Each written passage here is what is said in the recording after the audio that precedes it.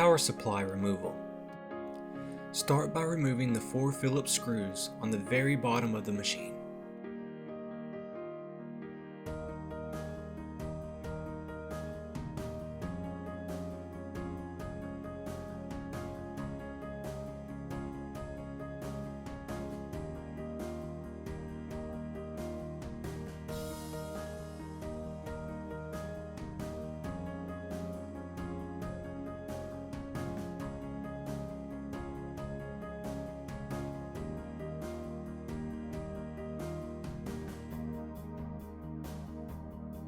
Next, there are 3 8mm bolt-like screws that need to be removed. If need be, you can use an 8mm socket wrench on these.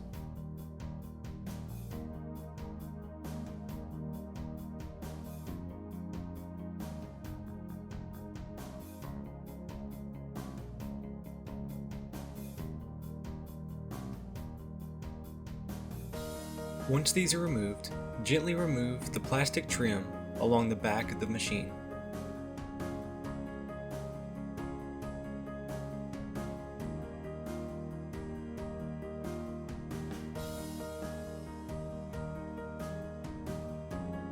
Now you can simply lift up and remove the power supply.